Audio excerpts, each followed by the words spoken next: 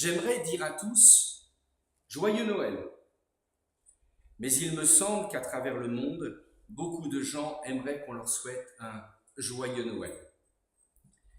L'année dernière, nous étions dans la même période à Bordeaux avec mon épouse et nous étions en train de visiter ce qui s'apparente à un marché de Noël.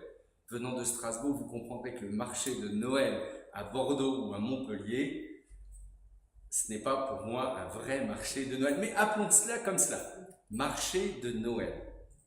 Et je vois passer une maman, j'aurais dit une trentaine d'années, avec un enfant entre 4 et 5 ans. Je dis 4 et 5 ans parce qu'il articulait correctement ses mots et les phrases étaient construites. Et la maman passe avec son petit, de 4 à 5 ans, devant une crèche à taille humaine. Et le berceau était vide.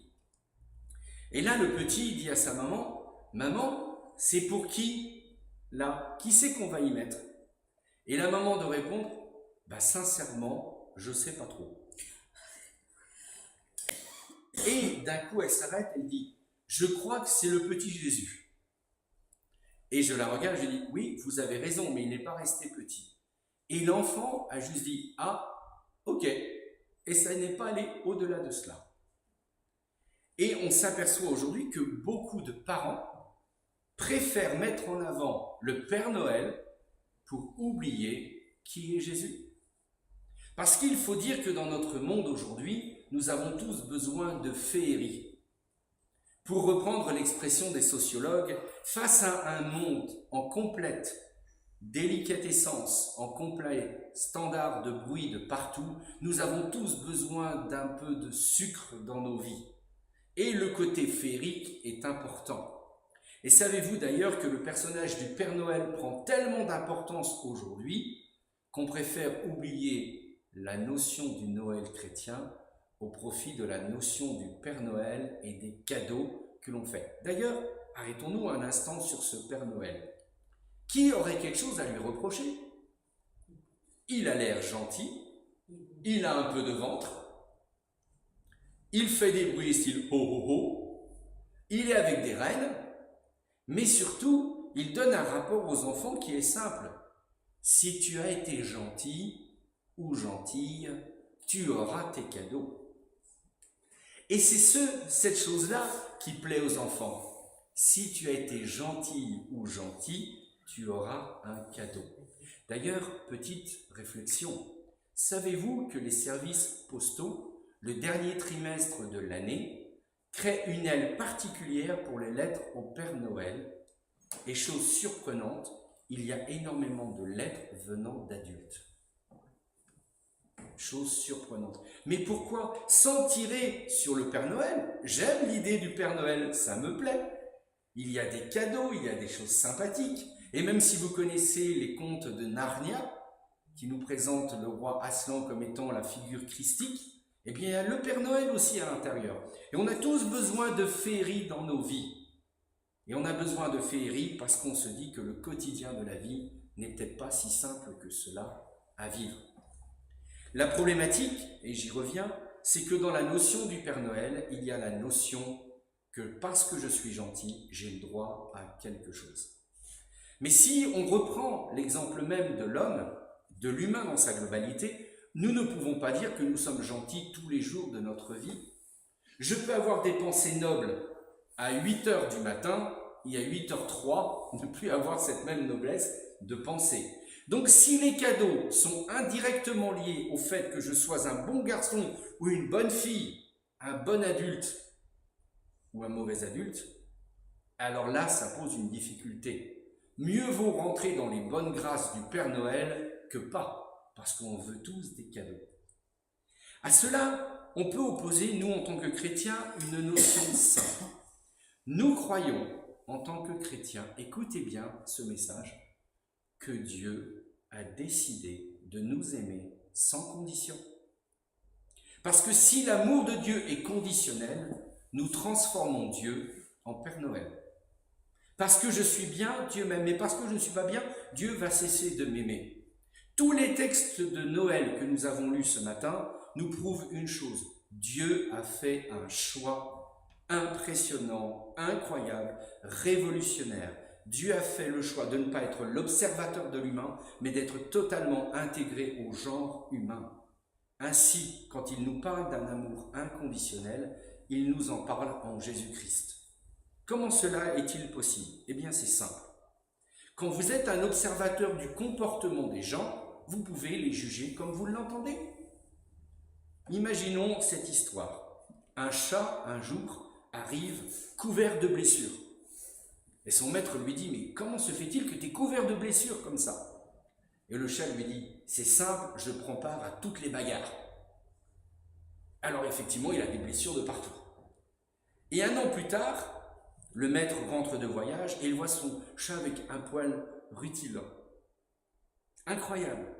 Alors il lui dit, que t'est-il arrivé pour un tel changement? Et le chat dit, j'ai arrêté de prendre part à la bataille, maintenant je suis observateur et je conseille.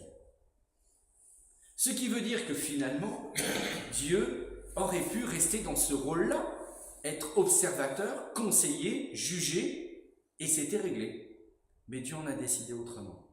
Dieu a décidé de dire, je vais faire ma part intégralement, je rentre dans l'histoire de l'homme, je deviens homme. Alors voyez-vous, quand on parle du Père Noël, qui est observateur des enfants qui sont gentils ou pas, moi je ne sais pas s'il était enfant le Père Noël, j'en ai aucune idée. Hein, tu le sais peut-être mieux que moi. Est-ce qu'il a déjà été enfant le Père Noël ou pas? On ne sait pas. Finalement, il est observateur des enfants. Mais on ne sait pas comment il vit. On n'en a aucune idée. Mais là, dans l'esprit de Noël, Dieu dit, je ne vais pas être observateur de l'humain, je vais devenir homme moi-même. Je ne vais pas juger l'homme de loin, je vais être là, présent à ses côtés. Et pour ce faire, il faut commencer par la base. Et la base, c'est d'être un enfant et de grandir comme un enfant. Et c'est pour ça que l'apôtre Paul nous propose ce texte. Il dit, Jésus n'a pas regardé d'être l'égal de Dieu, il s'est dépouillé totalement et il a pris la forme d'un enfant. Parce qu'il faut commencer par la base. Si tu veux, Seigneur, comprendre ce que je suis, si tu veux comprendre qui je suis, s'il te plaît, prends ma peau, prends mes chaussures, prends mes baskets, marche avec moi, viens avec moi, sois dans ma réalité de vie. Et voilà ce que Dieu a fait. Et Dieu, au lieu de dire juste je te comprends, il préfère dire je chausse entièrement tes baskets pour vivre comme tu l'as vécu et voir les choses de ton point de vue. Et voilà pourquoi Jésus nous enseigne une chose simple. Nous ne sommes pas aimés parce que nous sommes méritants. Nous sommes aimés parce que Dieu a fait le choix de nous aimer. Et le plus beau des cadeaux, fondamentalement, ce n'est plus le Père Noël qui en fait un acte féerique, mais c'est bien Dieu qui vient en Jésus-Christ dans ma réalité d'humain, me dire « je sais ce que tu vis, je sais comment tu le vis, voilà pourquoi je veux t'aimer de façon inconditionnelle, comme un père, comme une mère aime son propre enfant. » Et pour ce faire, je prends la base, je dois naître, grandir, comme tout être humain. Et si vous enlevez cette partie-là, alors il y a un problème. Nous tombons dans une espèce de, allez, je peux oser un peu les gros mots, une espèce de dualité que l'on fait. Pourquoi? Parce que si vous enlevez l'idée que Dieu a voulu être conforme exactement à ce que je suis, alors à nouveau nous faisons de Jésus un observateur de l'humain et non pas un humain. Mais là, il est pleinement homme, et comme il est pleinement homme, il comprend ce dont j'ai besoin. Alors ceci ne va pas ôter 3 questions essentielles que je voudrais vous laisser. La première question essentielle est la suivante. Pourquoi, d'après vous, les humains d'aujourd'hui, les hommes d'aujourd'hui, ne veulent plus entendre parler de ce Jésus qui est Dieu incarné? Eh bien, c'est simple, me semble-t-il. S'ils ne veulent plus en entendre parler, c'est qu'à partir du moment où quelqu'un s'engage pour vous, il attend de vous la réciprocité, car l'amour n'est jamais à sens unique. Deuxième question, pourquoi est-ce qu'on préfère les cadeaux de Dieu à Dieu lui-même? Oui, vous savez, il y a une vieille expression qu'un pasteur m'avait racontée, ce sont les hommes et les femmes qui arrivent dans l'éternité. Ils voient dans les hangars de l'éternité des lignes et des lignes avec plein de cadeaux dessus. Et beaucoup de gens arrivent dans l'éternité, ils ne veulent qu'une chose, c'est ouvrir les cadeaux qui leur sont réservés comme ça. Et on agit souvent comme ça avec Dieu. Mais tout au fond du hangar, il y a une porte toute simple. Et derrière cette porte se trouve Jésus. Et la majorité des gens préfèrent s'arrêter aux cadeaux plutôt que d'aller plus loin rencontrer Jésus. Et pourquoi on est comme ça? Parce qu'on aime non pas forcément la personne, mais on aime surtout les effets que ça produit sur nous. Alors la différence, elle est là. C'est que Jésus ne nous demande pas d'aimer les effets que ça produit sur nous, ni les miracles qu'il peut faire, mais il nous demande de l'aimer lui en tant que personne, comme lui nous aime en tant que personne. Et la troisième chose, et je conclurai rapidement avec cela, pourquoi est-ce que les hommes aujourd'hui ne veulent plus entendre parler de Noël? Parce que ça les renvoie à une notion simple, qui est la notion d'éternité.